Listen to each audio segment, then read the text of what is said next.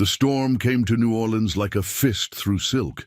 It was October, and the air carried that thick, wet heat that made everything feel alive and rotting at the same time. The Mississippi churned brown and angry, swallowing pieces of the levee while merchants in the French Quarter cursed and tied down their shutters. Out past the cobblestones and iron balconies, where the city frayed into dirt roads and pine forests, sat Harrow Parish, a wooden chapel with a crooked steeple and a reverend who spoke English like a whip-crack. Clara stood in the back of the sanctuary, her hands raw from scrubbing the floorboards. The chapel smelled like lye soap, candle wax, and something else, something sour that clung to the velvet curtains behind the pulpit. She knew that smell. It lived in her clothes now. "Sister Clara," she didn't turn. She knew his voice the way you know the sound of a door locking. Reverend Samuel Whitaker stood at the altar, his black coat buttoned to the throat, his face smooth and pale as tallow. He was 43 years old, originally from Charleston, and he preached with the kind of fervor that made women weep and men nod along like they'd discovered something true. He had a wife back in South Carolina. Everyone knew that. But she never came to Louisiana. Some said she was sickly, others said she knew better. "Yes, Reverend," Clara said quietly, wringing out the rag in her hands. "The Lord's house must be spotless," he said, walking slowly down the aisle. His boots echoed on the wood. "Tell me in the comments which country you are from and what you thought of this story. And if this story made an impression on you, subscribe to the channel so you don't miss any future stories. Cleanliness is next to godliness. You know this." "Yes, Reverend." He stopped a few feet from her, close enough that she could see the small red veins in his eyes. He hadn't slept well. That meant he'd been drinking again, the communion wine he kept locked in his study. "You've been distracted," he said softly. "I've noticed." Clara kept her eyes on the floor. She was 26 years old, born on a sugar plantation outside Baton Rouge, sold twice before she was 15. She'd learned early that the safest place to look was down. "I apologize, Reverend. I'll do better." "You will." He reached out and touched her chin, tilting her face up. His fingers were cold. "Because you are one of the chosen, Clara. You understand that, don't you? Not everyone gets to serve in the house of God." She swallowed. "Yes, Reverend." "Good." He smiled, and it was the kind of smile that didn't reach his eyes. "Come to my study after evening prayer. We'll discuss your spiritual progress." He let her go and walked back toward the altar, humming a hymn under his breath. Clara stood there, rag in hand, and felt the walls close in. Harrow Parish wasn't like the Catholic churches in the French Quarter, with their stone saints and Latin prayers. It was Protestant, fire and brimstone Protestant, the kind that had been spreading through the South like kudzu. Reverend Whitaker had arrived 3 years ago with a leather Bible and a mandate from a missionary society in Charleston. He'd built the chapel with money from plantation owners who wanted their slaves to hear about obedience and heaven in the same sentence. There were about 60 enslaved people who attended services, some from nearby plantations, others from households in the city. They sat in the back rows, on benches without cushions, while the white congregation sat up front. The sermons were always the same. "Suffer now, rejoice later, be meek, be grateful. God sees your chains and calls them holy." Clara had heard it all 1,000 times, but lately something had shifted. The Reverend's attention had turned toward a new face in the congregation, a girl named Lisette, 12 years old, with skin like polished mahogany and eyes that still held some light. She worked in the kitchens of a merchant's house on Chartres Street, and every Sunday she sat in the back row with her hands folded in her lap, singing hymns in a voice so pure it made the old women cry. Clara had seen the way Whitaker looked at her. She'd seen it before. She knew what came next. That evening, after the last hymn had been sung and the congregation had filed out into the rain, Clara made her way to the Reverend's study. It was a small room off the side of the chapel, lined with bookshelves and a desk cluttered with papers. A single candle burned on the windowsill, casting long shadows across the walls. Whitaker was sitting behind the desk, pouring himself a glass of wine. "Close the door," he said without looking up. Clara did. He gestured to the chair across from him. "Sit." She sat. For a long moment he said nothing. He just sipped his wine and watched her with that same cold smile. "You know why you're here," he said finally. Clara's throat tightened. "To repent."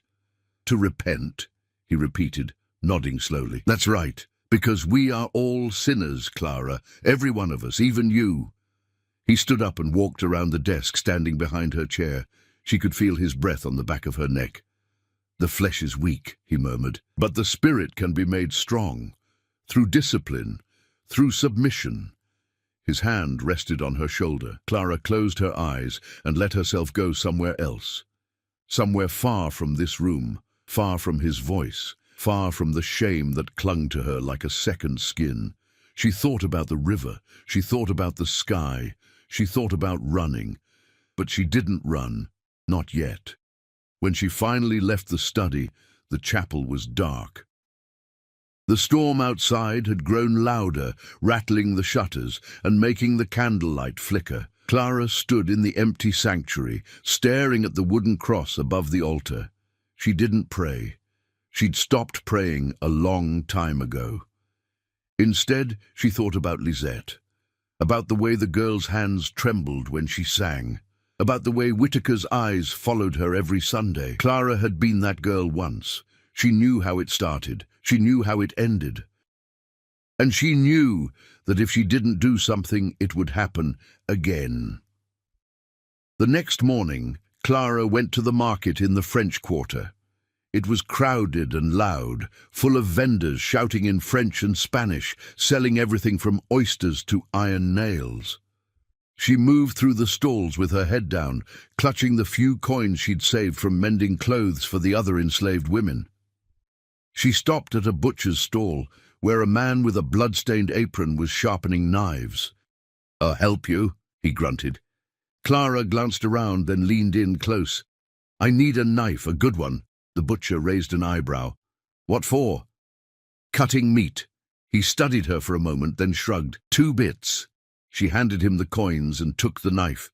It was heavy, with a wooden handle and a blade that gleamed in the sunlight. She slipped it into the folds of her skirt and walked away. That Sunday, the storm that had been brewing all week finally broke.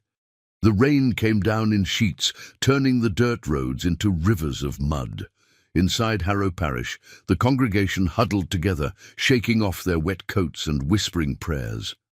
Reverend Whitaker stood at the pulpit, his voice booming over the sound of thunder. "Brothers and sisters," he shouted, "we gather here today in the midst of the storm, but we do not fear, for the Lord is our shepherd, and he will guide us through the darkness." The congregation murmured in agreement. Clara sat in the back row, her hands folded in her lap. Beneath her apron, the knife pressed cold against her skin. She watched Lisette, 2 rows ahead, singing with the others. The girl's voice was shaking. Clara took a slow breath. She thought about the river. She thought about the sky. She thought about what it would feel like to be free. Not someday, not in heaven, but right now. And then she stood up. The congregation didn't notice at first. They were too focused on the sermon, too caught up in the hymn. But as Clara walked down the aisle, heads began to turn. Whitaker stopped, mid-sentence. "Sister Clara?" She didn't answer. She just kept walking, her bare feet silent on the wooden floor. When she reached the pulpit, she knelt before him, her head bowed. "Reverend," she whispered, "I need to confess." He smiled, that same cold smile. "Of course, child. The Lord welcomes all who seek forgiveness." He placed his hand on her head, his fingers tangling in her hair. And that's when Clara reached beneath her apron. The knife came out clean and fast.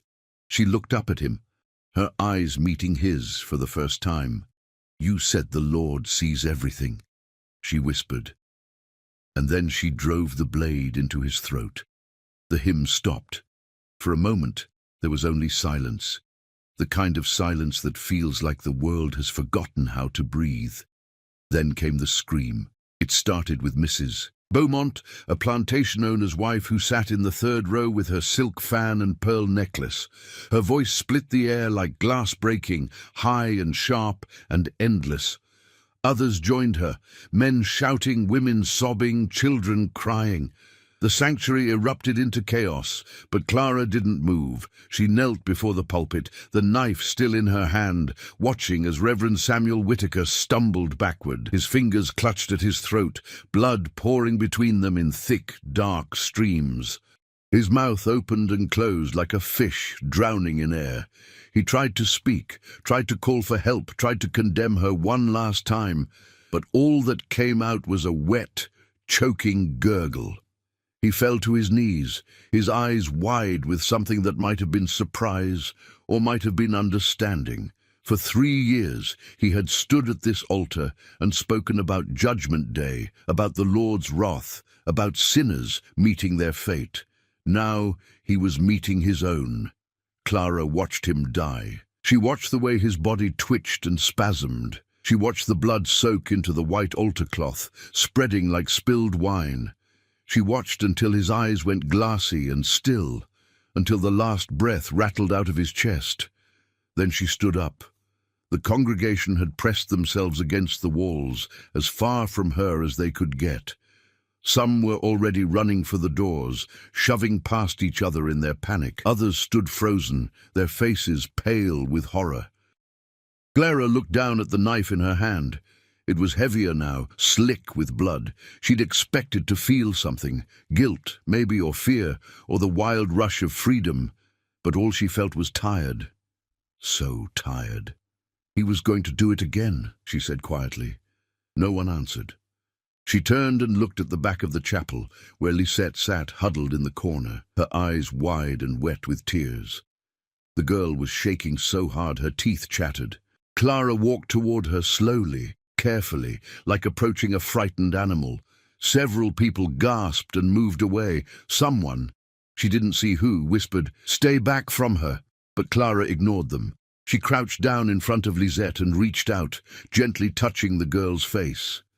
"You're safe now," Clara whispered. "You hear me? He can't hurt you."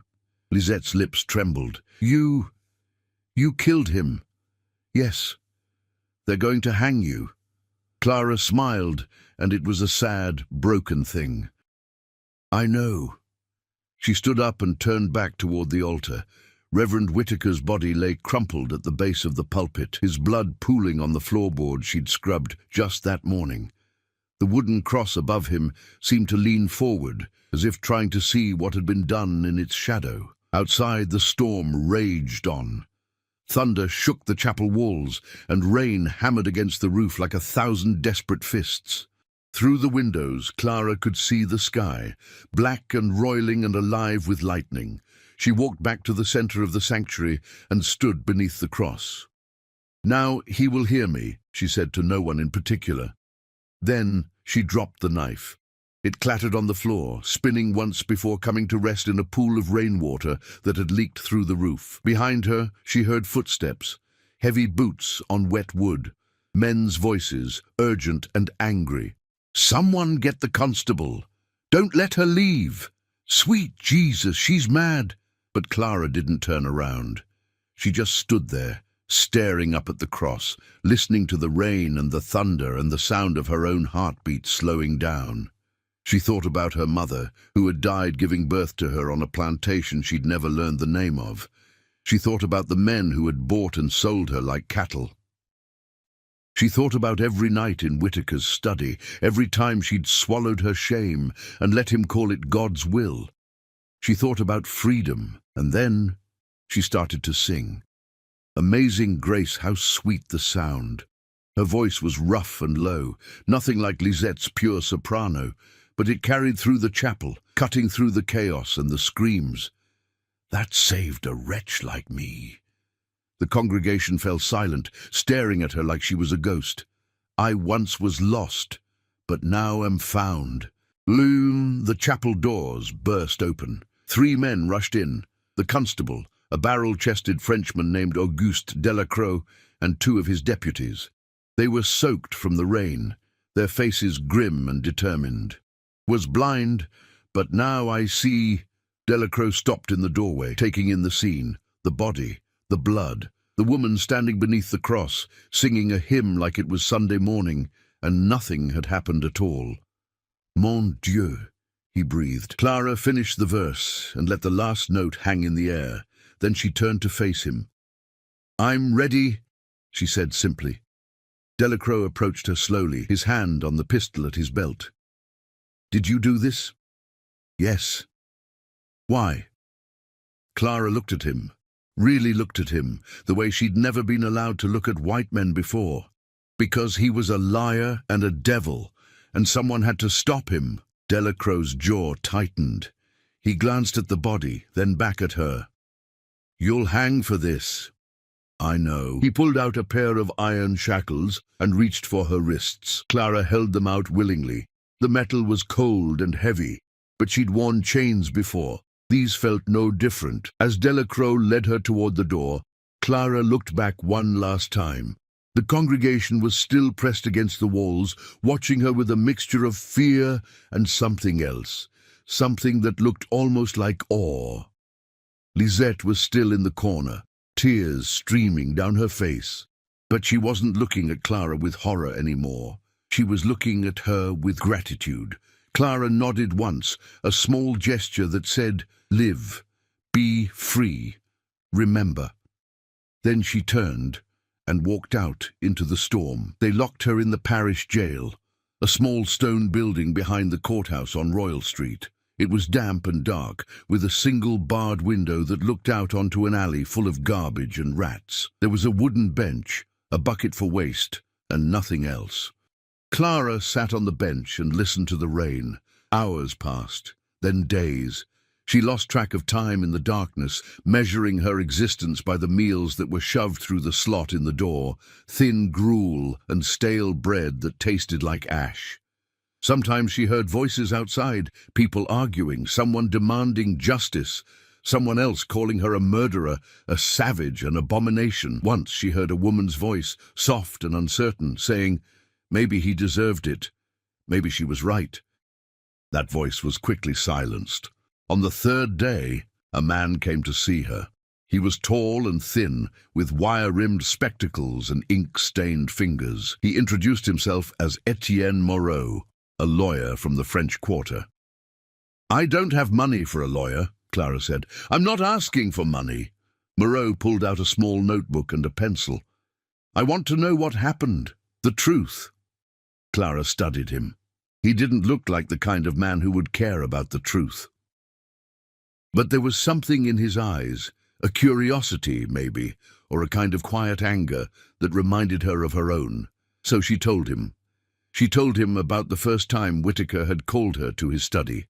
She told him about the things he'd said, the things he'd done, the way he'd justified it all with scripture and sermons. She told him about the other women, at least 3 that she knew of, maybe more, who had disappeared after refusing him. She told him about Lisette and the way Whitaker had started to look at her and the terrible certainty that it was going to happen again. Moreau listened without interrupting. He took notes in his small, cramped handwriting, his face growing darker with every word. When she finished, he set down his pencil and looked at her. They're going to hang you, he said quietly. You know that, don't you? Yes. Even if I tell them everything you just told me, even if I bring witnesses. Even if I prove that Whitaker was a monster, he paused. You're a slave who killed a white man in a church. There's no jury in Louisiana that will find you innocent. Clara nodded. She'd known this from the moment she'd picked up the knife. But, Moreau continued, I can make sure people know why you did it. I can make sure your story gets told. Clara looked at him for a long moment. Then she smiled. A real smile this time. Small and sad, but genuine. Then tell it, she said. Tell them what he was. Tell them what all of them are. Moreau closed his notebook and stood up. I will. He left, and Clara was alone again. The trial lasted 3 hours. They held it in the courthouse on Royal Street, in a room packed with spectators. Plantation owners and merchants, housewives and clerks, all crammed together to see the slave woman who had murdered a reverend. Some came out of outrage. Others came out of curiosity. A few came hoping to hear something that would confirm what they'd always suspected about Samuel Whitaker. Clara was brought in shackles, flanked by 2 guards. She wore the same blood-stained dress from Sunday, because no one had thought to give her a clean one. She didn't care. She walked into that courtroom with her head high, her eyes clear, and her hands steady. The prosecutor was a man named Charles Livingston, a silver-haired lawyer who had made his career defending the rights of property owners. He stood before the jury, 12 white men, all of them landowners or businessmen, and painted Clara as a savage, a monster, a cautionary tale about what happened when slaves were given too much freedom. "Gentlemen," he said, his voice ringing through the courtroom, "this woman has committed the most heinous crime imaginable. She has murdered a man of God in his own church, before a congregation of innocent worshippers. She has spilled blood on holy ground. She has defied not only the laws of man, but the laws of God himself." He pointed at Clara. "Look at her. She shows no remorse, no shame, no fear of judgment. She is a creature of violence, and if we do not act swiftly and decisively, we invite chaos into our streets." The jury nodded along, their faces grim. Then it was Moreau's turn. He stood up slowly, adjusting his spectacles, and approached the jury with his notebook in hand. "Gentlemen," he said quietly, "I will not insult your intelligence by claiming that Clara did not kill Reverend Whitaker. She did. She admits it freely. But before you condemn her to death, I ask that you listen to why." He opened his notebook and began to read. He told them about the nights in Whitaker's study. He told them about the other women who had come forward, quietly, fearfully, to share their own stories. He told them about Lisette, and the way Whitaker had begun to groom her, and the terrible choice Clara had faced. Do nothing and watch another child be destroyed, or act and accept the consequences. "Reverend Whitaker," Moreau said, his voice growing stronger, "was not a man of God. He was a predator who used his position to abuse the women placed under his care. And when Clara saw him turning his attention toward a 12-year-old girl, she made a choice, not an easy choice, not a comfortable choice, but a human choice." The courtroom was silent. Moreau closed his notebook and looked at the jury. "You will condemn her. I know that. The law requires it. But I ask you to remember that there are different kinds of justice, and sometimes the law and justice are not the same thing." He sat down. The jury deliberated for 20 minutes. When they returned, the foreman, a plantation owner from Plaquemines Parish, stood and read the verdict. "Guilty." The judge, a weary-looking man named Philippe Duclos, banged his gavel. "Clara, you have been found guilty of murder. You will be hanged by the neck until dead, sentenced to be carried out at dawn 3 days hence. May God have mercy on your soul." Clara didn't flinch. As the guards led her away, she looked back at the courtroom one last time. Most of the faces were satisfied, relieved that justice had been served.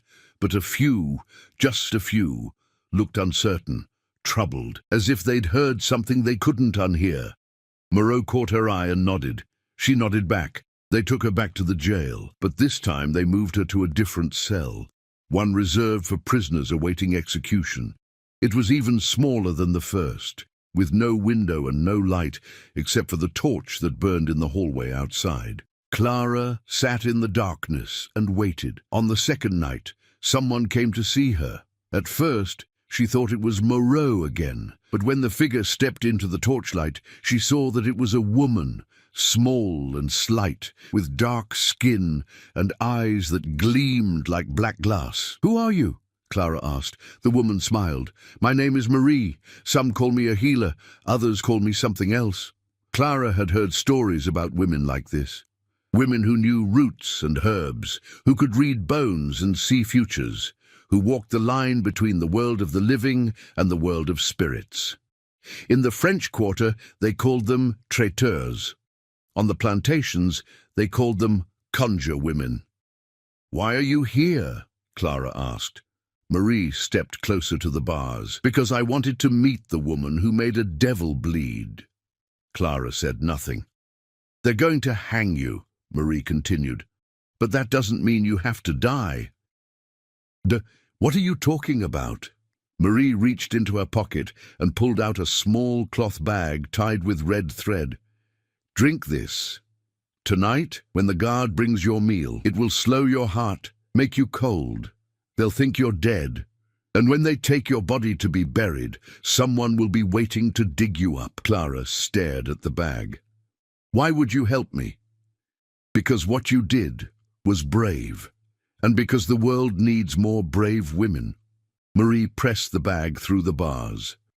"But you have to decide. You can die on the gallows and become a martyr, or you can live and become something else." Clara took the bag, feeling its weight in her palm. "What happens if I live? You run, far from here, and you never look back." For a long moment, Clara said nothing. She thought about the rope waiting for her. She thought about the satisfaction on Livingston's face. She thought about Lisette and the other women who would come after her and the men who would continue to hurt them. Then she thought about the river, the sky, the feeling of being free. She looked up at Marie. "Thank you." Marie smiled. "Don't thank me yet. Just drink and trust." She disappeared back into the shadows, leaving Clara alone with the bag. That night, when the guard brought her meal, Clara poured the powder into her water and drank it down. It tasted bitter, like earth and ashes. Within minutes, her limbs grew heavy, her heartbeat slowed, the world began to fade. She lay down on the bench and closed her eyes, and waited. Clara woke to the sound of dirt hitting wood. For a moment, she didn't understand what was happening. Everything was dark, so dark she couldn't see her own hands. The air was thick and stale, and when she tried to move, her body felt sluggish and strange, like she was moving underwater. Then she realized she was in a coffin. Panic seized her chest. She tried to scream, but her throat was dry and her voice came out as a weak rasp. She pounded on the lid above her head, her fists striking the rough wood again and again. More dirt fell. The sound was muffled but unmistakable, shovelfuls of earth being thrown into a grave. "They're burying me. They think I'm dead." Marie's potion worked too well. Clara's mind raced. How long had she been unconscious? Hours? Days? She had no way of knowing. All she knew was that she was 6 feet underground in a pine box, and if she didn't get out soon, the potion that had saved her life would become her tomb. She took a slow breath, forcing herself to calm down. Panicking would use up the little air she had left. Think. The coffin was cheap. She could tell by the way the wood creaked when she moved. They wouldn't have wasted money on a good coffin for a slave, especially one condemned for murder. That meant the lid was probably nailed shut, but not with too many nails. If she could find a weak spot, maybe she could force it open. Clara braced her feet against the bottom of the coffin and pushed up with all her strength. The lid didn't budge. She tried again, harder this time, throwing her whole body against it. Something cracked, a small sound but promising. She kept pushing, kept fighting, even as her lungs began to burn and black spots danced in her vision. The wood splintered. One of the boards split down the middle. Dirt began to pour through the gap, cascading onto her face and chest. Clara didn't stop. She clawed at the opening, tearing at the wood with her fingernails until they bled. More dirt fell, heavier now, threatening to bury her alive even as she tried to escape. But she kept digging, up, always up. Her hands broke through the surface first. Cold night air rushed against her skin, the most beautiful thing she'd ever felt. She pulled herself up through the dirt, gasping and coughing, until her head emerged from the grave. The cemetery was dark and silent. Live oaks towered overhead, their branches draped with Spanish moss that swayed in the breeze. In the distance, she could see the lights of New Orleans flickering like distant stars. Clara dragged herself out of the grave and collapsed on the ground, her whole body shaking. She was covered in dirt from head to toe, her dress torn and filthy, her hands bleeding. But she was alive. She was alive. For a moment she just lay there, staring up at the sky. The moon was nearly full, casting everything in silver light. She could hear the river in the distance, and the sound of it made her think of freedom.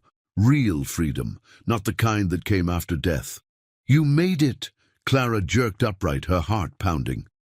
Marie emerged from behind one of the crypts, carrying a small lantern. She looked exactly as she had in the jail, small and calm and impossibly knowing. "How did you—" Clara began. "I told you someone would be waiting." Marie set down the lantern and pulled out a bundle of clothes. "Put these on. We need to leave before the gravedigger comes back." Clara took the clothes, a simple brown dress and a worn shawl, and changed quickly, not caring that Marie was watching. Her old dress was ruined anyway, stiff with dried blood and dirt. "Where are we going?" Clara asked. "Somewhere safe for now." Marie handed her a piece of bread and a water skin. "Eat. You'll need your strength." Clara ate ravenously, barely tasting the food. She hadn't realized how hungry she was until the bread touched her tongue. Marie watched her with those dark, knowing eyes. "You're going to have to leave New Orleans. You know that, don't you?" "I know. They'll search for you. When they realize your grave is empty, they'll tear this city apart looking for the slave woman who came back from the dead." Marie paused. "Some will say you made a deal with the devil. Others will say you're a ghost. Either way, you can't stay here." Clara finished the bread and wiped her mouth with the back of her hand. "Where should I go?" "North. There are people who can help you, people who help runaways. But it's dangerous. If they catch you—" Marie didn't finish the sentence. She didn't have to. Clara looked back at the open grave, at the splintered coffin half buried in dirt. She thought about how close she'd come to dying down there. How easy it would have been to just give up, to let the earth take her. But she hadn't given up, and she wasn't going to start now. "I'll go north," she said. "But first, I need to do something." Marie tilted her head. "What?" "I need to see Lisette. I need to make sure she's safe." Marie's expression darkened. "That's too dangerous. The girl lives in the French Quarter, in a house full of white people who would turn you in without a second thought. I don't care. Clara, I killed a man to protect her." Clara's voice was hard now, unyielding. "I'm not leaving this city until I know she's all right." Marie studied her for a long moment. Then she sighed and picked up the lantern. "You're either very brave or very foolish. I haven't decided which. Maybe both. Maybe." Marie started walking, gesturing for Clara to follow. "Come on. I know a way into the quarter that the constable's men don't watch. But we have to be quick." They moved through the cemetery like shadows, weaving between crypts and crumbling tombs. New Orleans buried its dead above ground because the water table was too high for traditional graves, which meant the cemetery was a maze of stone vaults and marble angels, all watching with blind eyes as Clara passed. She felt like a ghost herself, like something that had died and come back wrong. Maybe that's what she was now, not quite alive, not quite dead.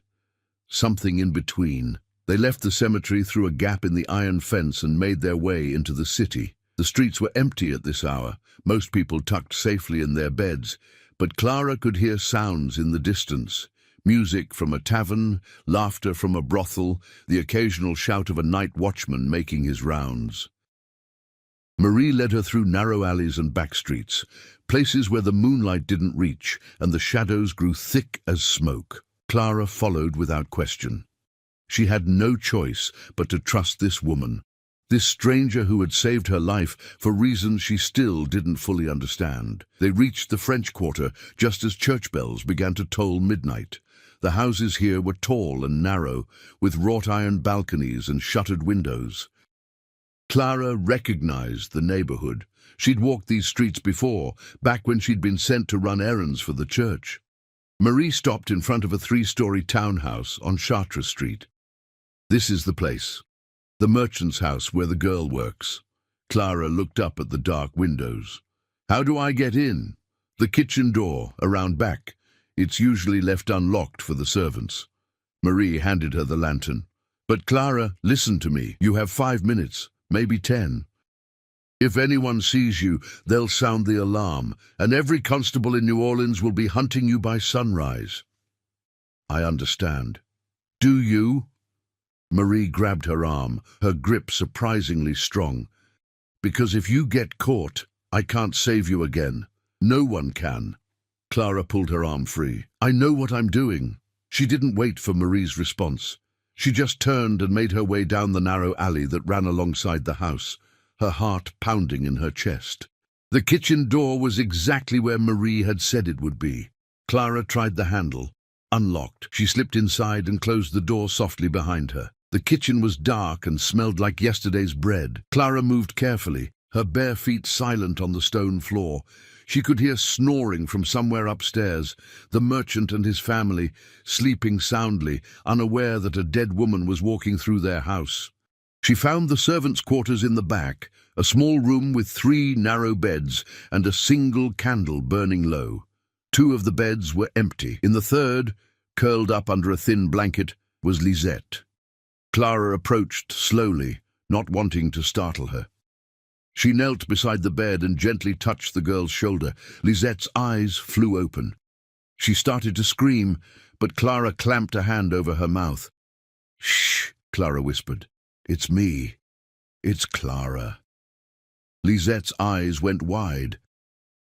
She stared at Clara like she was seeing a ghost, which, in a way, she was. Clara slowly removed her hand. "I'm not going to hurt you. I just needed to see that you were all right." But you're dead," Lisette whispered. "They hanged you." "They tried to. But I'm still here," Clara smiled. "And I wanted to tell you something before I leave." "Leave? Where are you going?" "Away from here. Somewhere they can't find me."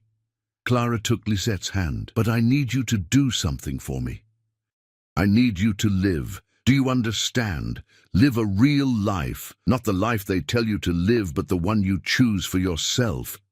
Tears welled up in Lisette's eyes. "I don't know how. You'll learn.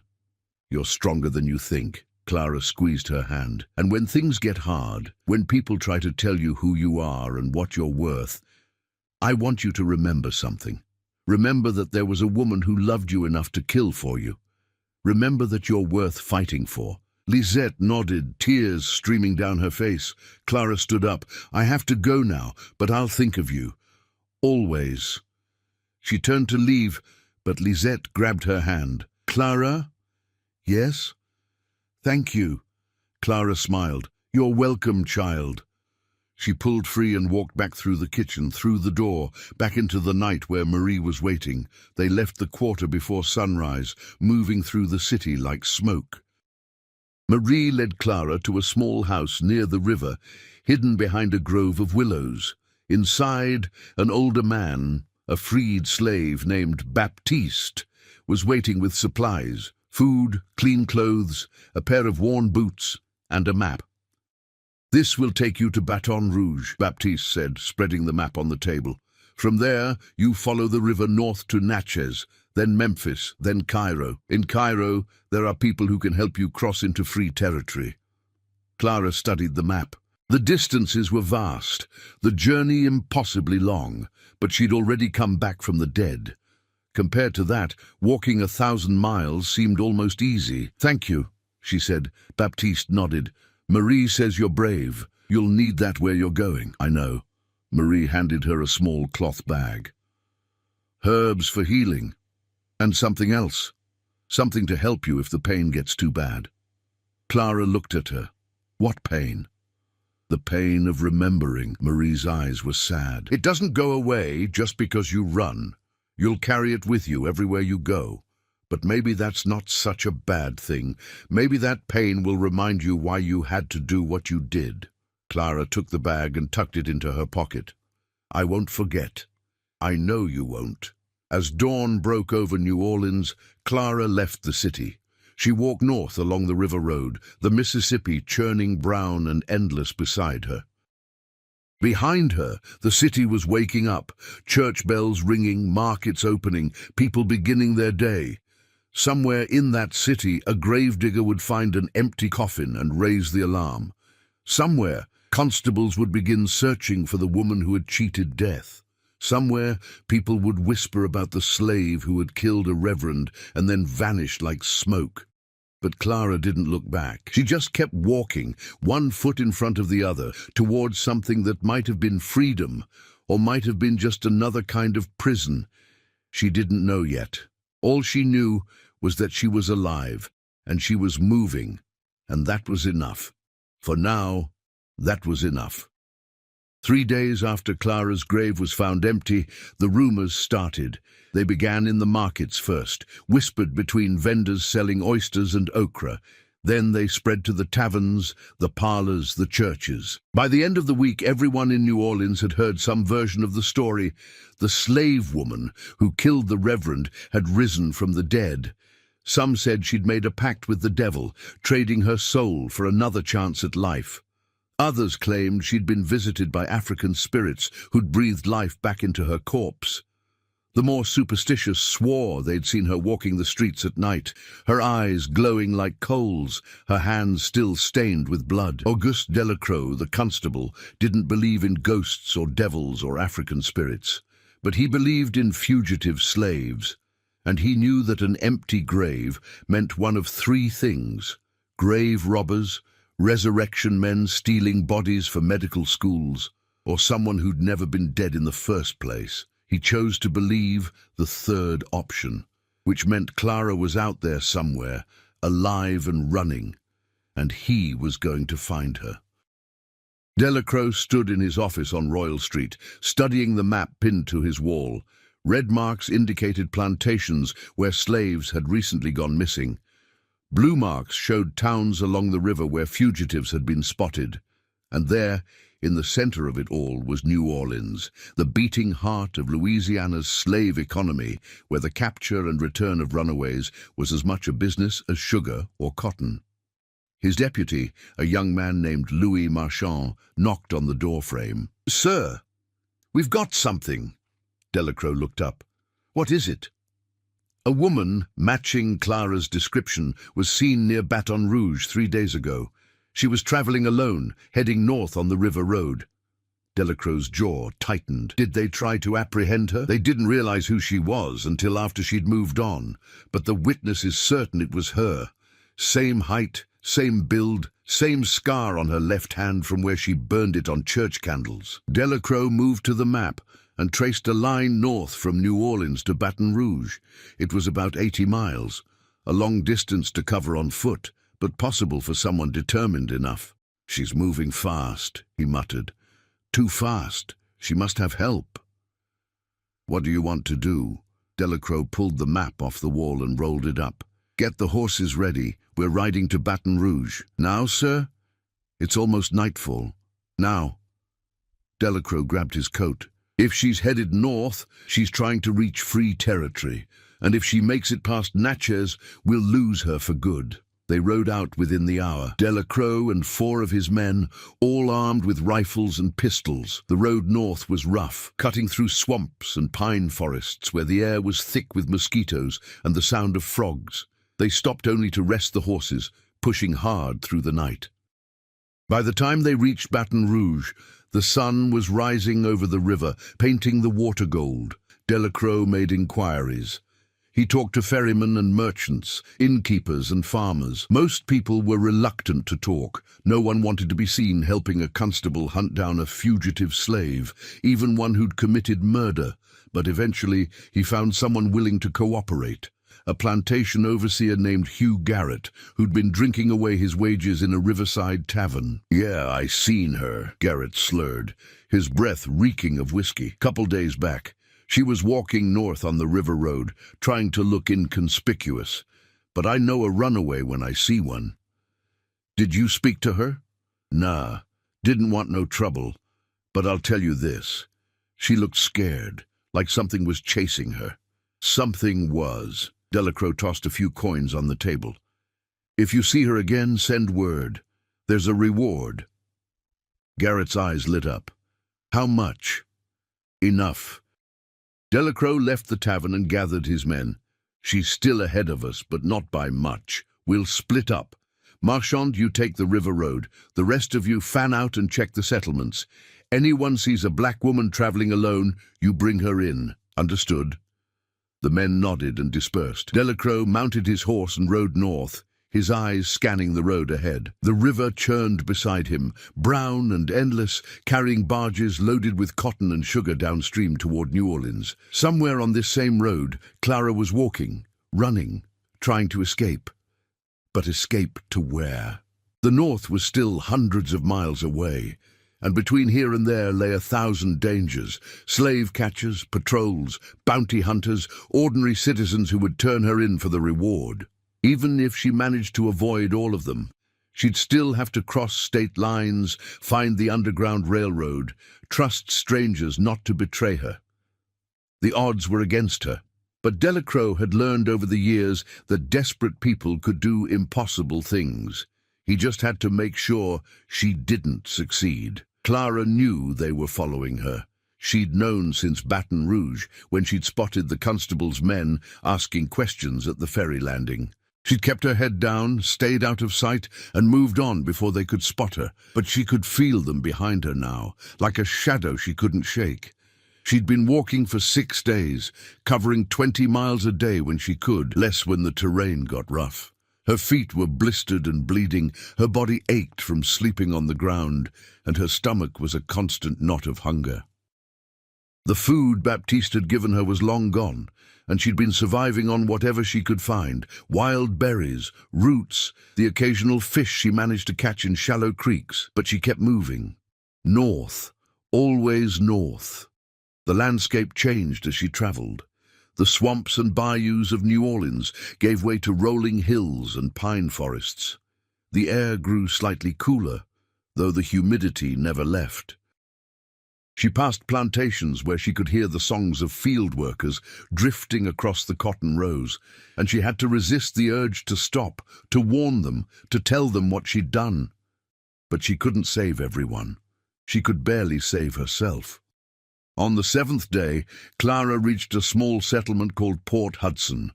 It was barely more than a cluster of buildings around a bend in the river: a general store, a blacksmith, a church with a sagging roof, and a handful of houses. She approached carefully, staying in the tree line, watching for signs of constables or slave catchers. The settlement looked quiet, too quiet. Clara waited until dusk, then slipped into the town under cover of darkness. She needed supplies: food, water, maybe a warmer blanket for the cold nights ahead. She found the general store locked, but the back window was loose. She pried it open and climbed inside. The store smelled like tobacco and leather. Clara moved quickly through the darkness, grabbing what she could: dried beef, hardtack, a canteen, a wool blanket. She also found a man's coat hanging on a peg, too large for her, but it would keep her warm. She put it on and was about to leave when she heard voices outside. "Saw her come this way, I'm telling you." Clara froze. "You sure it was her?"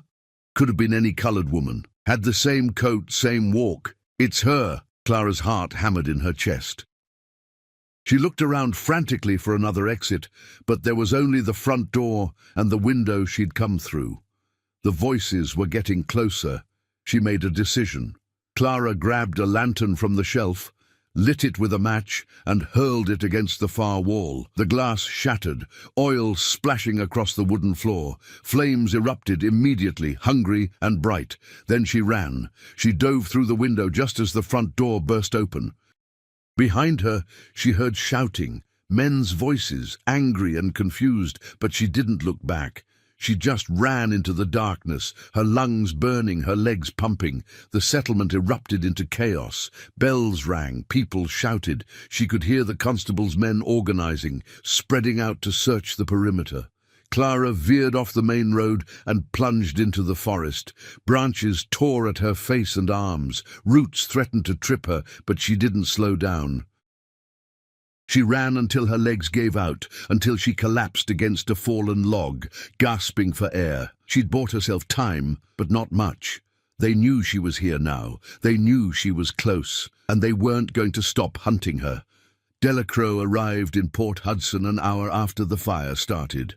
Half the general store had burned before the townspeople managed to put it out, and the owner, a portly man named Henderson, was furious.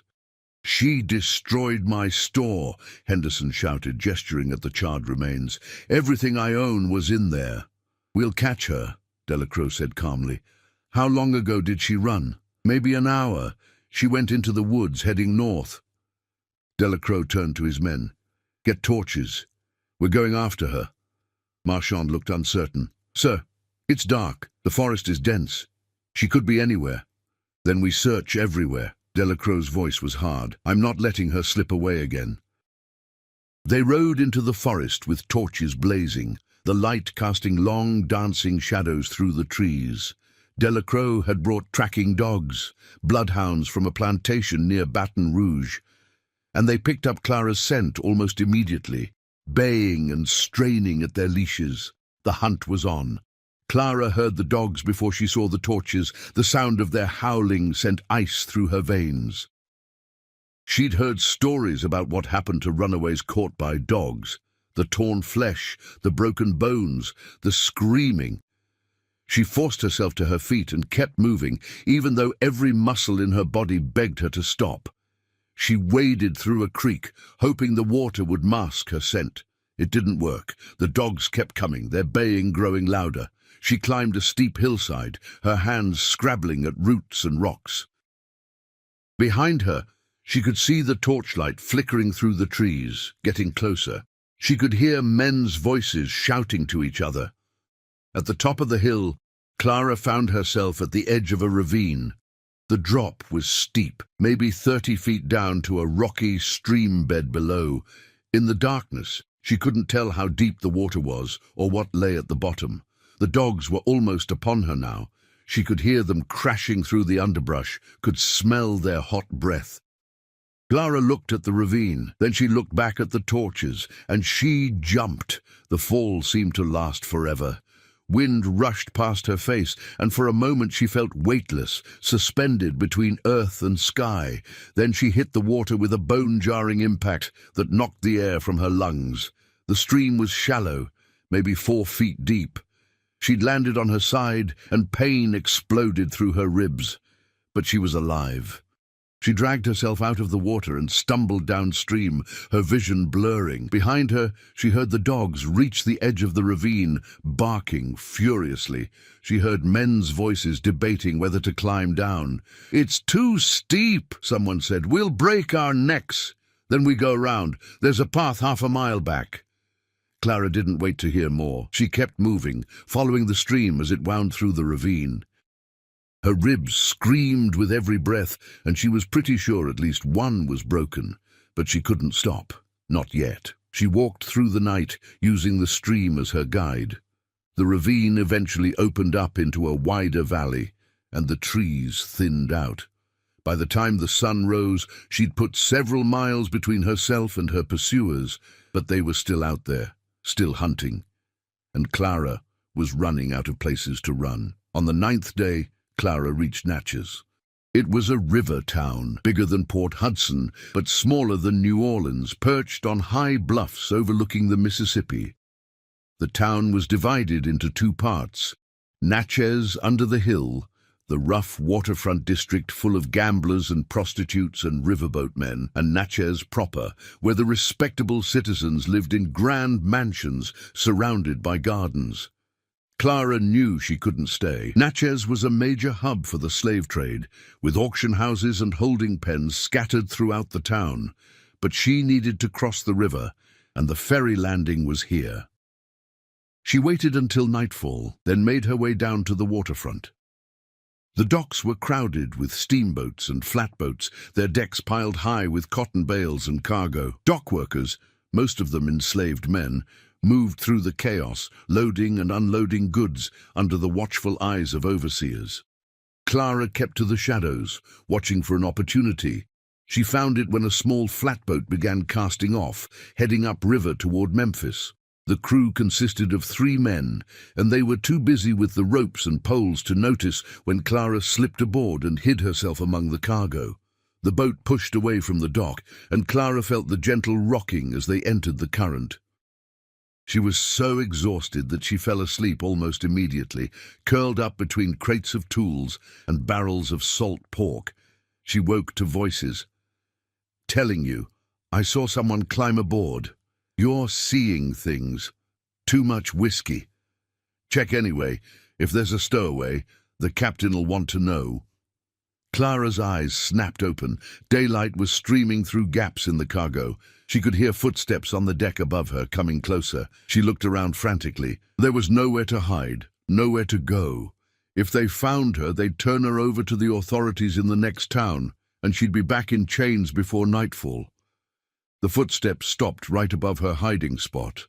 Clara held her breath. A shadow fell across her face as someone moved a crate.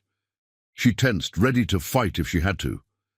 Then a hand reached down, not to grab her, but to offer help. Clara looked up and saw a man staring down at her.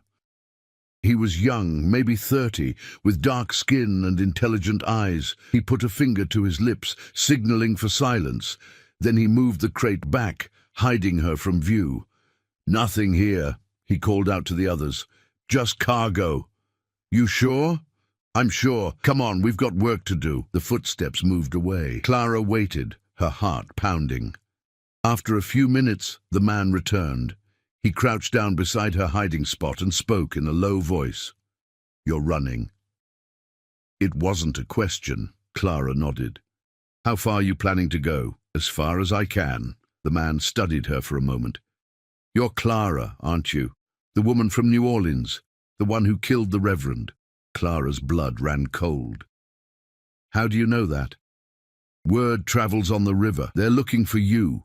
Constables, slave catchers, bounty hunters. There's a reward on your head, $500.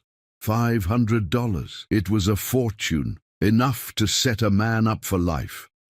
Clara waited for him to call out, to alert the others, to claim his reward. Instead, he said, "My name is Isaiah, and I'm going to help you." Isaiah was a free man, one of the few black rivermen who owned his own boat. He'd been born into slavery in Virginia, but his master had freed him in his will, a rare act of conscience that Isaiah never took for granted. He'd spent the last 10 years working the Mississippi, transporting cargo, and occasionally transporting something more valuable, runaway slaves heading north. "You're part of the Underground Railroad?" Clara asked. "Not officially, but I help when I can." Isaiah handed her a piece of salt pork and some hardtack. "Eat. You look half dead." Clara ate ravenously, barely tasting the food. "Why are you helping me?" "Because what you did needed doing. Everyone on the river knows what kind of man Whitaker was. He wasn't the only one either. There's men like him all up and down this river, hiding behind their Bibles and their pulpits." Isaiah paused. "Someone had to stop him. I'm glad it was you." Clara felt something in her chest loosen, just a little.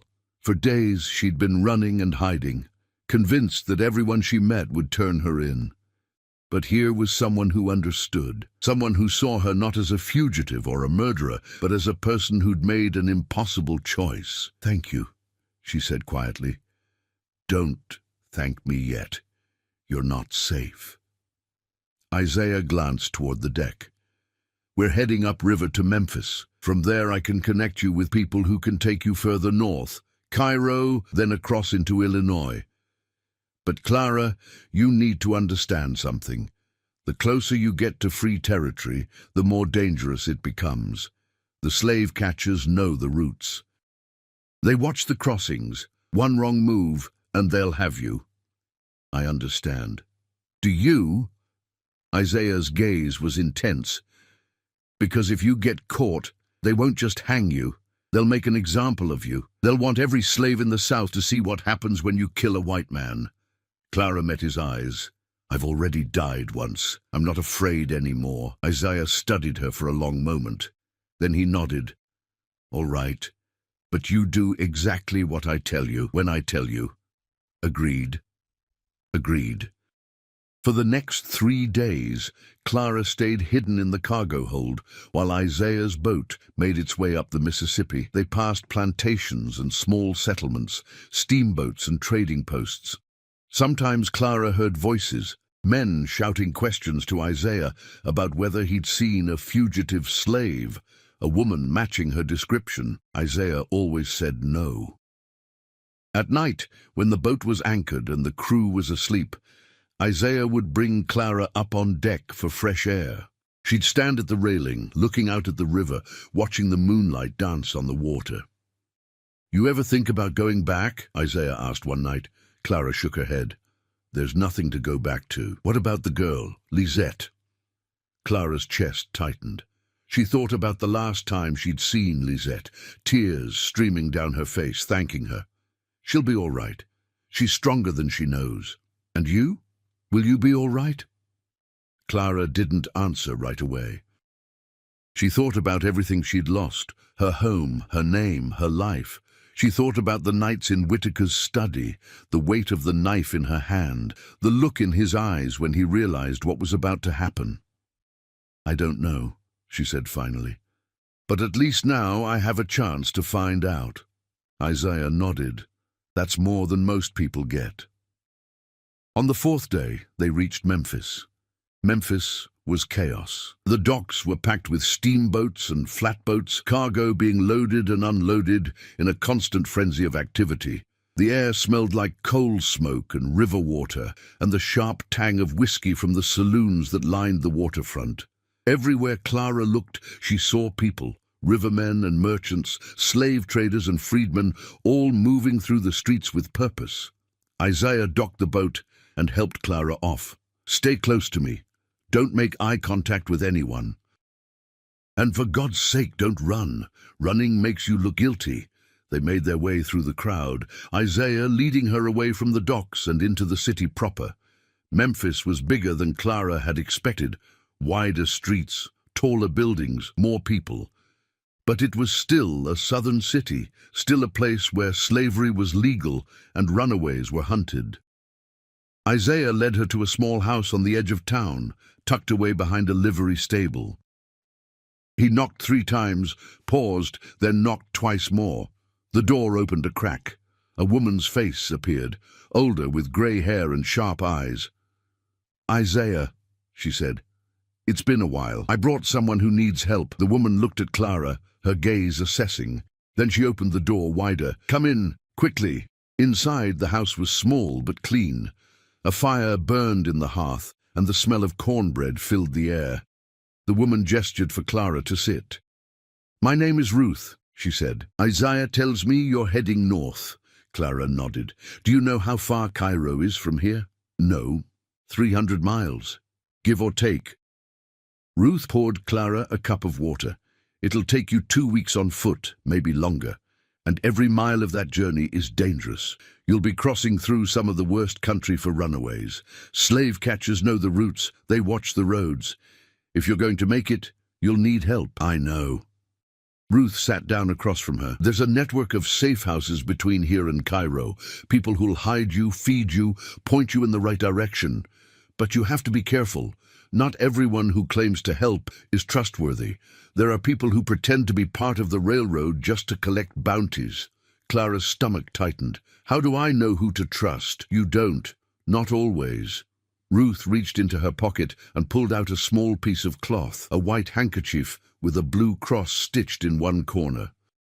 But if someone shows you this symbol, they're safe. It's how we identify each other. Clara took the handkerchief, studying the stitching. It was simple, almost crude, but it felt like a lifeline. Thank you, she said. Ruth stood up. You'll leave tonight. There's a wagon heading north to a settlement called Randolph. It's about halfway to Cairo. The driver is one of ours. He'll get you there safely. And after that? After that, someone else will take you the next leg. That's how it works. One safe house to the next, all the way to the border. Ruth paused. But Clara, I need you to understand something. Even if you make it to Illinois, you won't be completely safe. The Fugitive Slave Act means you can still be captured and dragged back south. The only place you'll truly be free is Canada. Canada. The word felt impossibly far away. One step at a time, Clara said quietly. Ruth nodded. One step at a time. That night, Clara climbed into the back of a covered wagon driven by a man named Ezekiel, a free black farmer who made runs between Memphis and Randolph under the pretense of delivering produce. Clara hid beneath a pile of burlap sacks, trying to ignore the smell of onions and potatoes. As the wagon rolled through the darkness, Clara thought about how far she'd come, from New Orleans to Baton Rouge, Port Hudson to Natchez, and now Memphis. Each mile had been a battle, each day a test of survival, but she was still here, still moving, still free. And she wasn't going to stop until she reached the end. The journey from Memphis to Cairo took 18 days. 18 days of hiding in barns and cellars, of traveling only at night, of trusting strangers who showed her a blue cross stitched on white cloth. 18 days of hunger and exhaustion, of jumping at every sound, of wondering if the next house would be a safe haven or a trap. But Clara kept moving. She traveled through Tennessee and into southern Illinois, following a network of safe houses that stretched like a chain across the landscape. Each conductor on the railroad was different. Some were Quakers, moved by religious conviction. Others were free black people who remembered their own years in bondage. A few were even white Southerners who'd turned against the institution of slavery after witnessing its horrors firsthand. They all risked everything to help her. In Randolph, she stayed 3 days in the cellar of a Baptist minister's house while slave catchers searched the town. In Jonesboro, a German immigrant farmer hid her in his hay wagon and drove her 30 miles north, singing Lutheran hymns the whole way. In Carbondale, she met a woman named Harriet, not Tubman, but another conductor who'd made the journey north herself and now helped others do the same. How much further? Clara asked. Cairo's 2 days from here, Harriet said. But that's where it gets dangerous. Cairo's right on the border between Illinois and Kentucky, between free territory and slave territory. The slave catchers know that everyone trying to cross goes through Cairo. They watch that town like hawks. Clara's heart sank. She'd come so far, only to face another obstacle. How do I get across? There's a man who runs a ferry across the Ohio River. His name is Thomas Garrett, no relation to the Philadelphia Garrett, but just as committed to the cause. He'll get you to the other side, into Ohio. From there, you can make your way to Cleveland, then across Lake Erie to Canada. Canada? The word still felt like a dream. When can I go? Tomorrow night. But Clara... Harriet's expression grew serious. You need to know that Delacroix is in Cairo. Clara went cold. The constable from New Orleans? The same. He's been tracking you for weeks. He knows you're heading for Cairo, and he's waiting there with 6 men. Harriet paused. He's obsessed. People say he's spent his own money on the hunt, that he won't give up until you're caught. Clara thought about the constable, his cold eyes, his methodical manner, the way he'd shackled her wrists in the chapel. She'd known he wouldn't give up easily, but she hadn't expected him to follow her this far. Then I'll have to be careful, she said. Careful might not be enough. Harriet pulled out a pistol and set it on the table between them. Take this. Clara stared at the gun. I don't know how to shoot. Then learn. Because if Delacroix corners you, he won't give you a choice. Harriet pushed the pistol toward her. I'm not saying you should kill him. I'm saying you should be able to protect yourself. Clara picked up the gun. It was heavier than she'd expected, the metal cold against her palm. She thought about Whitaker, about the knife, about the moment when everything had changed. Could she do it again? Could she kill another man? She didn't know. But she took the pistol anyway. Clara arrived in Cairo on a moonless night, hidden in the back of a coal wagon. The town sat at the confluence of the Mississippi and Ohio rivers, a strategic location that made it both prosperous and dangerous. The air smelled like river water and coal smoke, and even at this late hour she could hear the sounds of the docks, men shouting, boats whistling, cargo being loaded. The wagon driver, a young Quaker man named Samuel, helped her out behind a warehouse. "Thomas Garrett's ferry is on the east side of town," Samuel whispered, "but there are patrols everywhere. You'll need to be quick and quiet." Clara nodded, adjusting the pistol tucked into her waistband. Samuel handed her a worn coat. "Wear this. It's cold on the river. Thank you. Go with God, Clara. And if you make it to Canada, remember us. Remember the people who helped you." "I will." She slipped into the darkness, moving through the narrow streets of Cairo like a ghost. The town was laid out in a grid, making it easier to navigate but also more exposed. She kept to the alleys and side streets, avoiding the main roads where lanterns burned and night watchmen patrolled. She was 3 blocks from the river when she saw them, 4 men on horseback moving slowly through the street ahead. Even in the darkness, she recognized the lead rider, Auguste Delacroix, sitting tall in the saddle, his eyes scanning the shadows. Clara pressed herself against the wall of a building, barely breathing. "Can't have gone far," one of the men was saying. "We've got men at every crossing." "She's here," Delacroix said. His voice was calm, certain. "I can feel it." They rode past, so close that Clara could have reached out and touched Delacroix's boot. She waited until they'd turned the corner, then ran in the opposite direction. She reached the riverfront and found Thomas Garrett's ferry, a small, flat-bottomed boat tied to a rickety dock. A man stood beside it, smoking a pipe. He was in his 60s, with white hair and a weathered face. "Mr. Garrett," Clara whispered. He turned, studying her. "You Clara?" "Yes." "You're late." "I was starting to think you weren't coming." He knocked the ash from his pipe. "Get in the boat. We need to leave now." Clara climbed into the boat, her heart pounding. Garrett untied the ropes and pushed off from the dock, using a long pole to guide them into the current. The Ohio River was wide and dark, its surface rippling with reflected starlight. On the far shore, Clara could see the lights of a small town, Wycliffe, Kentucky. But they weren't heading to Kentucky. They were heading east, parallel to the shore, toward a landing on the Ohio side. Garrett worked in silence, his movements practiced and efficient.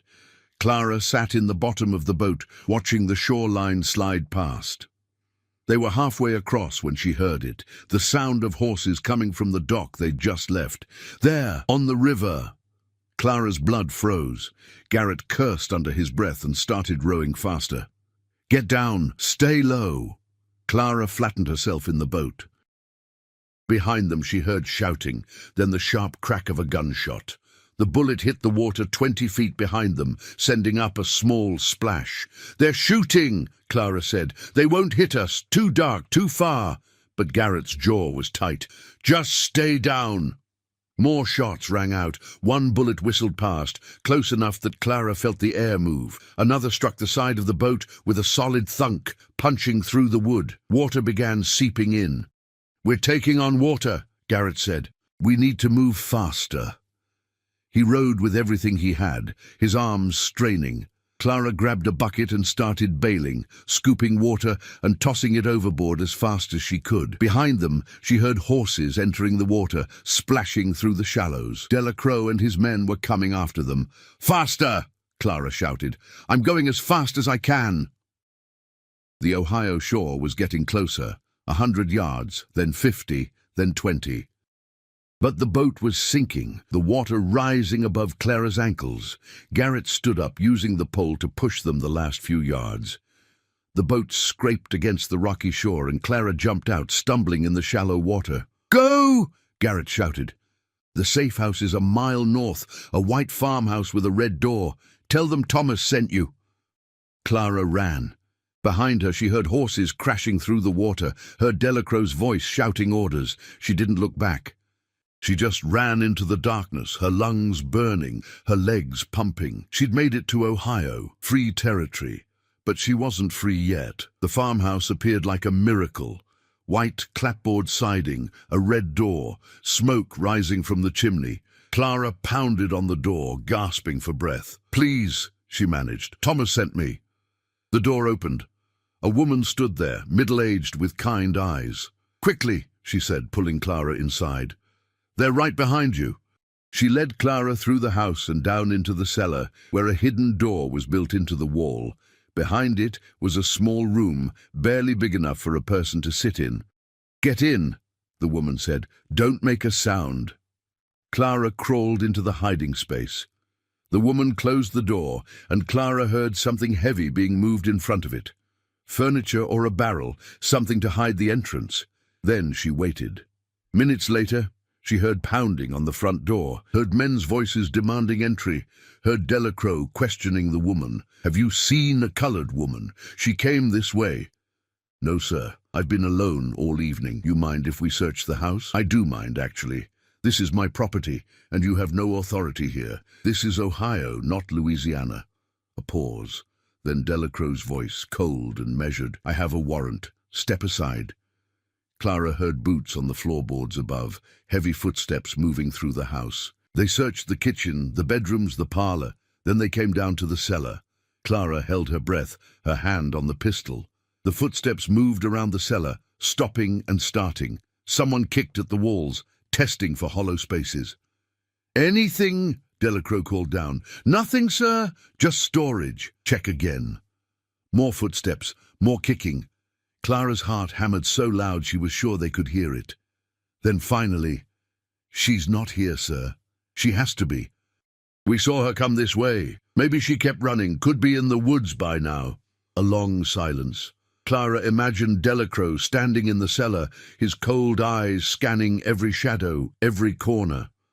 Finally, "All right, but we'll be watching this house.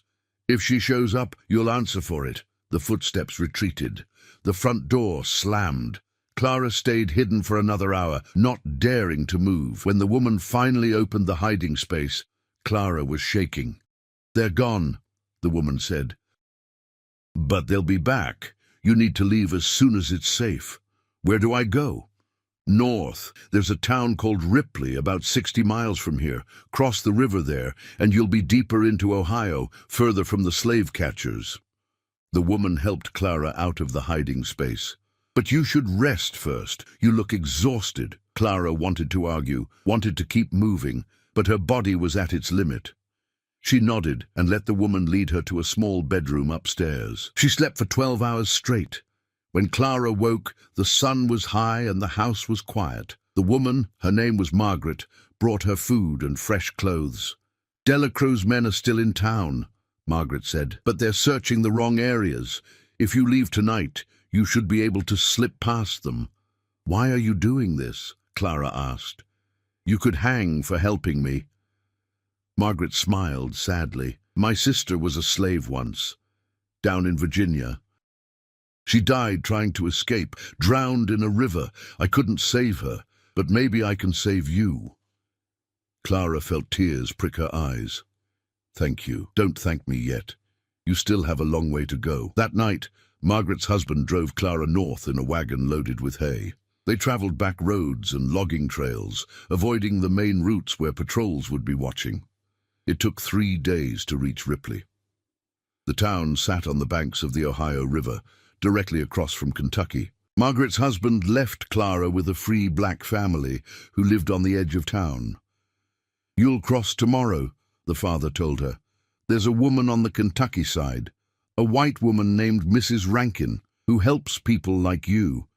She'll hide you until it's safe to keep moving north." Clara stared across the river. So close. She was so close. But she had to go back into slave territory to continue her journey. The irony wasn't lost on her. What if I get caught? Then you get caught.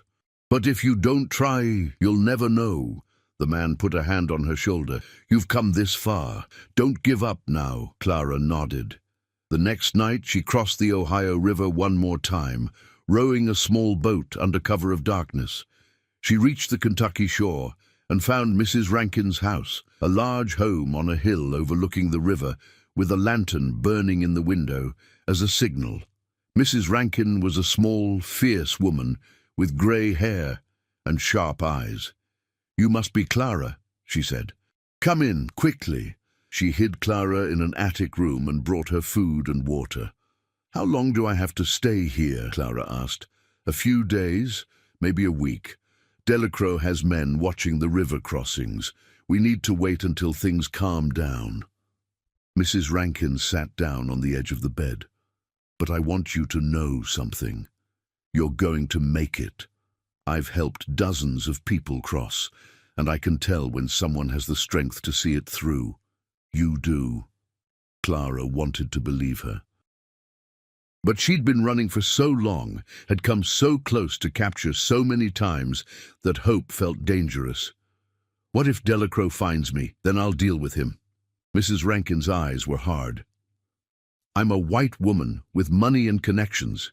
He can't touch me the way he can touch you. And if he tries to search my house, I'll make sure he regrets it." Clara spent 6 days in Mrs. Rankin's attic. During that time, she learned that Delacroix hadn't given up. He was still in the area, still searching, still convinced that Clara was close. On the 7th day, Mrs. Rankin came to her with news. "There's a wagon train leaving for Cleveland tomorrow morning. Traders and families all heading north. I've arranged for you to hide in one of the wagons. It'll take about 2 weeks to reach Cleveland, but once you're there, you'll be safe. The city has a large free black community, and they'll help you get to Canada." Clara felt something loosen in her chest. "Canada, Canada," Mrs. Rankin confirmed. "Freedom, real freedom." The next morning, Clara climbed into the back of a merchant's wagon, hidden beneath crates of tools and bolts of fabric. As the wagon train rolled north, she closed her eyes and let herself imagine it, a place where no one could claim to own her, where she could walk down the street without fear, where her life would be her own. She'd killed a man to get here. She'd died and come back. She'd crossed rivers and forests, outrun dogs and bullets, trusted strangers with her life, and soon, it would all be worth it. But freedom, Clara would learn, was never simple. The wagon train made it as far as Columbus before disaster struck. They were camped for the night, and Clara was sleeping in the wagon when she heard shouting. She woke to the smell of smoke and the sound of horses, slave catchers. They'd found the wagon train somehow. Maybe someone had talked. Maybe Delacroix had followed them. Clara didn't know and didn't have time to figure it out. She grabbed the pistol and ran. Behind her, men were searching the wagons, pulling people out, demanding to see papers. Clara ran into the woods, branches tearing at her face. She heard horses coming after her, heard dogs baying in the distance. Not again, not after everything. She ran until her lungs burned, until her legs gave out. She collapsed against a tree, gasping for air. And that's when she saw him, Auguste Delacroix, sitting on his horse not 20 feet away. He didn't move. He just watched her, his face expressionless. "Hello, Clara." But freedom, Clara would learn, was never simple. The wagon train made it as far as Columbus before disaster struck. They were camped for the night, and Clara was sleeping in the wagon when she heard shouting. She woke to the smell of smoke and the sound of horses, slave catchers. They'd found the wagon train somehow. Maybe someone had talked. Maybe Delacroix had followed them. Clara didn't know and didn't have time to figure it out. She grabbed the pistol and ran. Behind her, men were searching the wagons, pulling people out, demanding to see papers.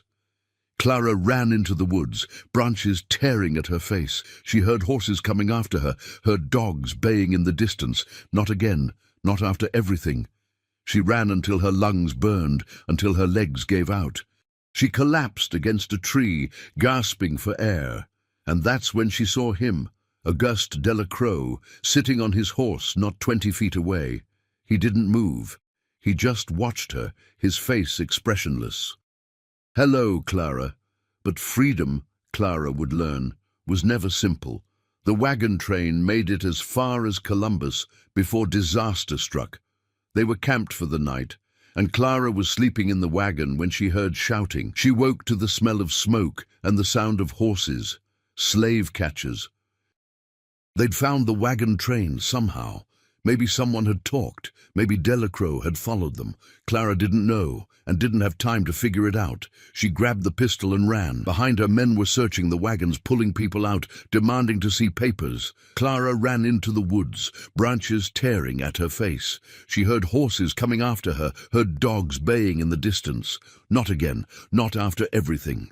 She ran until her lungs burned, until her legs gave out. She collapsed against a tree, gasping for air, and that's when she saw him, Auguste Delacroix, sitting on his horse not 20 feet away. He didn't move. He just watched her, his face expressionless. Hello, Clara. But freedom, Clara would learn, was never simple. The wagon train made it as far as Columbus before disaster struck. They were camped for the night, and Clara was sleeping in the wagon when she heard shouting. She woke to the smell of smoke and the sound of horses, slave catchers. They'd found the wagon train somehow. Maybe someone had talked. Maybe Delacroix had followed them. Clara didn't know and didn't have time to figure it out. She grabbed the pistol and ran. Behind her, men were searching the wagons, pulling people out, demanding to see papers. Clara ran into the woods, branches tearing at her face. She heard horses coming after her, heard dogs baying in the distance. Not again, not after everything. She ran until her lungs burned, until her legs gave out. She collapsed against a tree, gasping for air, and that's when she saw him, Auguste Delacroix, sitting on his horse not 20 feet away. He didn't move. He just watched her, his face expressionless. Hello, Clara, he said quietly. Clara's hand went to the pistol at her waist. Don't, Delacroix said. You won't make it. My men are all around us. Clara looked around. He was right. She could see shadows moving through the trees, at least 5 men, maybe more, all closing in slowly, like wolves circling prey. She was trapped. Delacroix dismounted, his movements slow and deliberate. He walked toward her, his boots crunching on fallen leaves. When he was 10 feet away, he stopped. You've led me on quite a chase, he said. 300 miles, nearly 2 months. I've spent a small fortune tracking you down. Clara's hand tightened on the pistol grip. Then you wasted your money, perhaps. Delacroix tilted his head, studying her. Do you know what I've learned about you, Clara? What people say about you? She didn't answer. They say you're a ghost, a demon. They say you made a deal with the devil to escape your grave. He paused. They say that when the Reverend Whitaker died, the church bells rang backward. They're wrong, Clara said. I'm not a demon. I'm just a woman who had enough. A woman who murdered a man of God. Man of God who raped women and girls. A man of God who used his power to destroy lives. Clara's voice was steady now, all the fear burned away by anger. You know what he was. Everyone knew. But nobody did anything about it because he was white and we were property. Delacroix's jaw tightened. The law is the law. Then the law is a lie. For a moment something flickered in Delacroix's eyes. Doubt, maybe, or recognition. But it passed quickly, replaced by that cold, methodical resolve. Give me the gun, he said, extending his hand. Don't make this harder than it has to be. Clara looked at the pistol in her hand.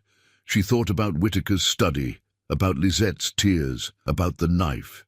She thought about the grave, the river, the endless miles of running. She thought about Canada, still so far away.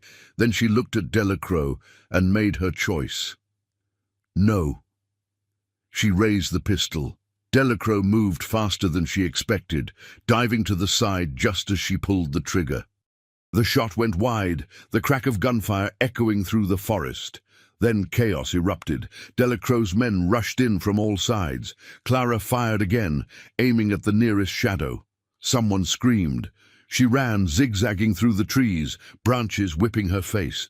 More gunshots behind her. A bullet splintered a tree trunk next to her head. Another grazed her shoulder, sending a line of fire across her skin. But she kept running. She burst out of the forest into a clearing and found herself at the edge of a cliff. Below, a river churned white over rocks, maybe 40 feet down. Behind her, she heard Delacroix shouting orders, heard horses crashing through the underbrush. Clara stood at the edge, looking down at the water. She'd jumped off a cliff before, in the ravine near Port Hudson. She'd survived that fall, but this one was higher, the water more violent. If she jumped, she might die, probably would die. But if she didn't jump, Delacroix would take her back to Louisiana, back to the noose. Clara took a breath. She thought about her mother, who she'd never known. She thought about all the women who'd suffered in silence, who'd died without ever tasting freedom. She thought about Lisette and the life the girl might have now that Whitaker was gone. And she thought about what Marie had told her in that jail cell. You can die on the gallows and become a martyr, or you can live and become something else. Clara had already become a martyr. Now she wanted to live. She jumped. The fall seemed to last forever. Wind roared in her ears, and for a moment she was weightless, flying free. Then she hit the water with an impact that felt like hitting stone. The river swallowed her, pulling her down into darkness. The current was vicious, tumbling her over and over, slamming her against rocks. She couldn't tell which way was up. Her lungs screamed for air. But she fought. She clawed her way toward what she hoped was the surface, kicking with legs that felt like lead. Her hand broke through first, then her head, and she gasped in a lungful of precious air. The river swept her downstream, fast and merciless. She struggled to keep her head above water, to avoid the rocks that rose up like teeth. Behind her, she could hear shouting from the cliff, Delacroix's men, but they sounded distant now, fading. The river carried her for what felt like miles. By the time she managed to drag herself onto the bank, she was miles from the cliff, miles from Delacroix. She lay in the mud, coughing up river water, her whole body shaking. But she was alive. Clara spent the next 3 days in a fever, delirious and half dead in a hollow beneath a fallen tree. The bullet wound in her shoulder had become infected, and her body was fighting a war against itself. She dreamed of New Orleans, of the chapel, the blood, the singing. She dreamed of Whitaker's face, of his cold hands, of the moment when the knife had found its mark. She dreamed of the grave, of dirt falling on the coffin, of suffocating in darkness. And she dreamed of freedom, a place where the sun was warm and the air was sweet, and no one could ever hurt her again. On the 4th day, she woke to find an old woman kneeling beside her. "Easy," the woman said. "You've been real sick." Clara tried to speak, but her throat was too dry. The woman held a cup to her lips. "Drink." Clara drank. The water was cool and clean, the best thing she'd ever tasted. "Where am I?" she managed. "About 40 miles north of Columbus. My husband found you when he was checking his traps. You're lucky. Another day, and you'd have been dead." Clara closed her eyes. Lucky. She'd been called many things, but never lucky. "The men who were chasing me, long gone. They think you drowned. Found your shawl downstream. Figured the river got you." The woman smiled. "They stopped looking." Clara felt something break open in her chest, relief so profound it was almost painful. "What's your name?" the woman asked. Clara opened her mouth to answer, then stopped. Clara was the name of a slave, the name of a woman who'd killed a reverend and died in a grave and been hunted across 3 states. Maybe it was time for a new name. "Grace," she said. "My name is Grace." The woman nodded. "Well, Grace, you're welcome to stay here as long as you need. My husband and I don't ask questions. We just help folks when they need helping." Thank you. Thank the Lord. He's the one who led my husband to find you. Clara, Grace, didn't correct her. If the woman wanted to thank God, that was fine. But Grace knew the truth. She'd survived on her own strength, her own will, her own refusal to give up. She'd saved herself. It took 2 weeks for Grace to recover enough to travel. When she was strong enough, the old couple gave her supplies and directions to Cleveland. From there, you can catch a ship across Lake Erie to Canada, the old man said. Port of Cleveland has boats leaving every day. Just keep your head down and don't talk to strangers. Grace nodded. She'd gotten good at keeping her head down. She walked the final 100 miles to Cleveland over the course of 10 days. The landscape changed as she traveled, flatter, more open, with farms and small towns dotting the countryside. She passed fewer plantations and more free settlements, places where black people lived and worked without chains. It gave her hope. Cleveland appeared on the horizon like a promise, a sprawling city on the shores of Lake Erie, with smokestacks and church spires reaching toward the sky. Grace entered the city on a grey October morning, the air sharp with the promise of winter. She made her way to the docks and found a shipping office. "I need passage to Canada," she told the clerk. He looked her up and down. "You got money?" Grace pulled out the few coins she'd earned doing laundry in the towns she'd passed through. It wasn't much, but it was all she had. The clerk counted it and nodded. "There's a steamer leaving tomorrow morning for Port Stanley. That'll get you across. From there, you're on your own. That's all I need." She spent that night in a boarding house for colored travelers, in a narrow room with a single bed and a window that looked out over the lake. She sat by the window for hours, watching the water, thinking about everything that had brought her here. She thought about Whitaker and whether his death had been worth it. She thought about Lisette and hoped the girl was safe. She thought about Marie and Isaiah and Ruth and all the others who'd helped her, who'd risked everything so she could have this chance. And she thought about Clara, the woman she'd been in New Orleans, the woman who'd scrubbed floors and endured horrors and finally said enough. That woman was gone now. In her place was Grace, someone new, someone forged in violence and survival and hope. The next morning, Grace boarded the steamer. She stood at the railing as the ship pulled away from the dock, watching Cleveland recede into the distance. The lake stretched out before her, grey and endless, separating one world from another. The crossing took 6 hours. When the Canadian shore came into view, Grace felt something she hadn't felt in months, maybe years.